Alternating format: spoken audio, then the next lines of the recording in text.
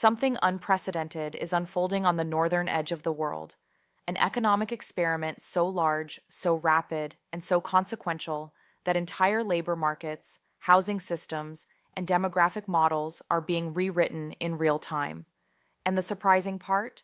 Canada didn't just embrace mass immigration. It accelerated it at a speed no advanced economy has ever attempted. Behind the headlines about record population growth lies a deeper, more unsettling question. What happens when a modern economy uses immigration not just as a supplement, but as its primary engine? This isn't ideology, it's policy architecture, a deliberate strategy to counter aging demographics, labor shortages, and productivity stagnation. But in the background, economists, CEOs, and migration researchers are all watching one thing: whether this grand Canadian test becomes a model for the future or a warning, because the stakes extend far beyond national borders. Canada's demographic curve has tilted so dramatically that it's being used by global think tanks as a predictive simulation for other aging nations. What happens when you grow the population faster than you can expand the systems that support it? In just a short span, Canada has increased its population growth rate to levels usually seen only in developing nations. Housing supply couldn't keep up. Infrastructure was strained.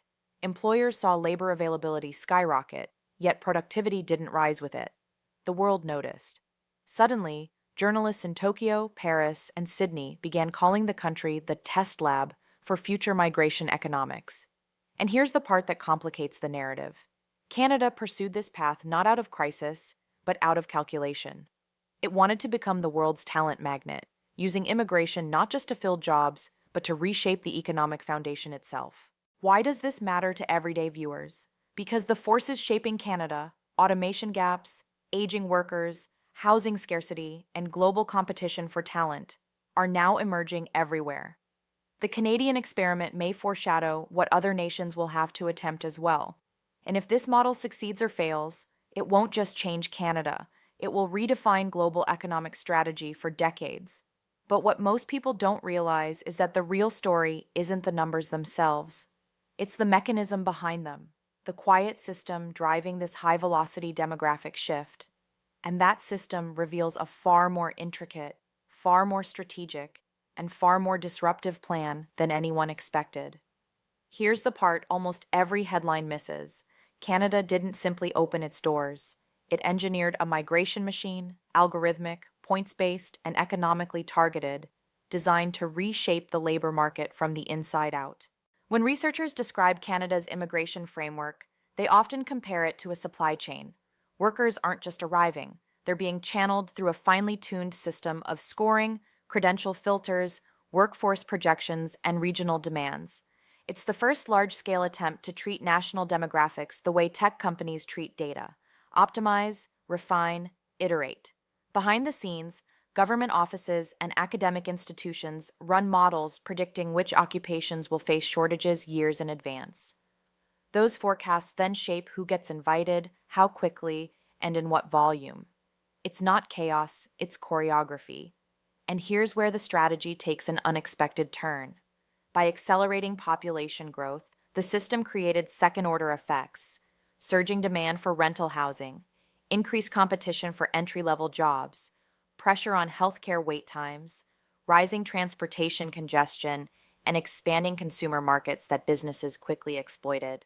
But this wasn't a malfunction. Many economists believe it was anticipated, a deliberate attempt to push the economy into a higher activity state, hoping it would ignite productivity through scale. The gamble? Scale can lift an economy, but it can also stretch it thin. What few realized is that Canada's approach resembles the early days of high-growth tech startups: expand rapidly, tolerate short-term imbalance, and assume infrastructure will catch up. For regular people, students, families, workers, the impacts become tangible. Housing costs rise faster than wages. Urban centers densify overnight. Competition increases not just for jobs, but for classroom seats and transit lanes. Some sectors thrive with fresh talent. Others feel the strain of oversaturation. Behavioral researchers warn that when systems expand faster than communities can adapt, social trust weakens. not because of newcomers, but because the perceived reliability of public systems erodes. This is the silent pressure point other nations are watching, not just whether immigration drives economic growth, but whether societies can remain cohesive during rapid demographic transformation. But here's the twist nobody expected. While Canada runs this experiment, other countries, some with opposite demographic challenges, are interpreting the results very differently. And their responses are quietly reshaping global migration strategy in ways that reveal the true stakes of Canada's gamble. The world soon realized that Canada's immigration surge wasn't just a domestic policy, it was a seismic signal. Nations facing labor shortages saw opportunity. Nations facing brain drain saw risk. And nations balancing both saw Canada as a real-time economic simulation they could not ignore.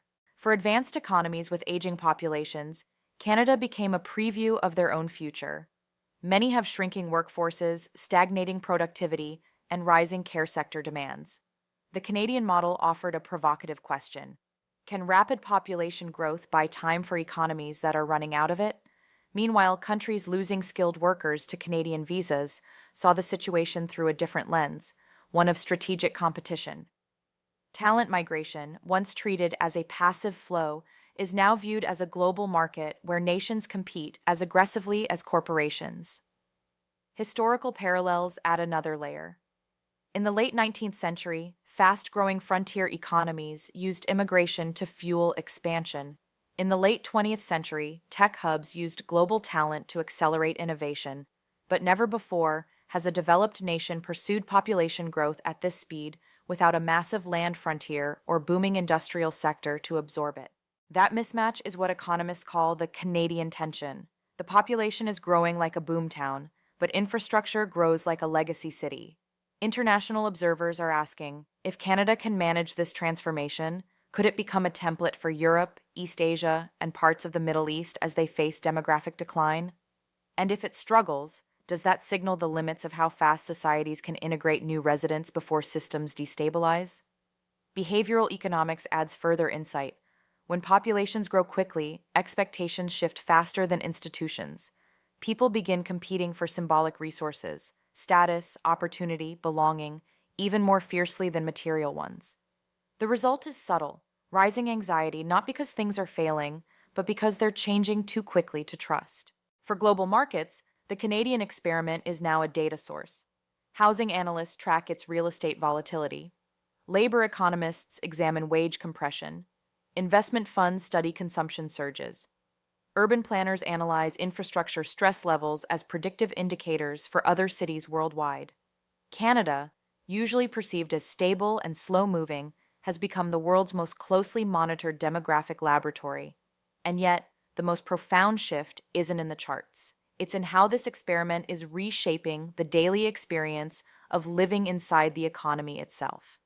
Because the effects, once abstract, are now landing directly in the lives of workers, families, and young adults trying to find their footing. It gets deeper. Here's the part the headlines rarely capture. This isn't just a national policy. It's an everyday reality pressing into people's lives with surprising force. Families feel it in housing costs that outpace income growth. Students feel it in classroom shortages and rising tuition competition. Workers feel it in job markets where supply grows faster than wage acceleration. Businesses feel it in the sudden expansion of consumer demand, then the equally sudden bottlenecks of limited infrastructure. This isn't failure.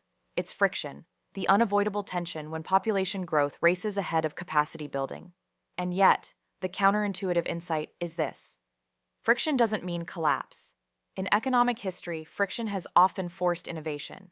It pressures governments to modernize zoning laws, accelerate transit expansion, digitize healthcare, restructure labor pathways, and rethink urban design. Friction is uncomfortable, but it's also a catalyst.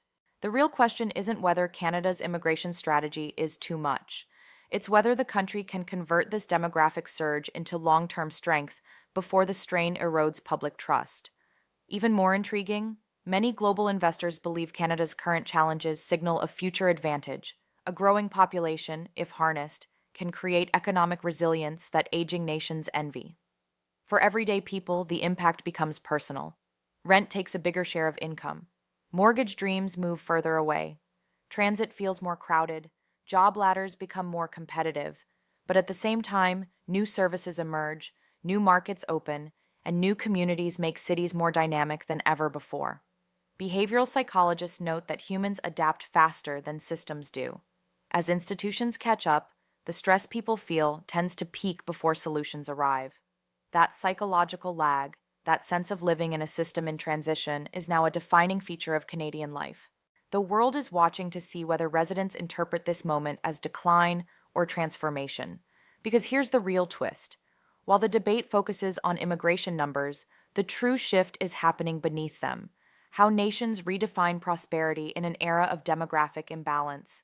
And while people look to Canada as the center of this story, the next chapter of global population economics is already emerging elsewhere, quietly and in a place no one expects.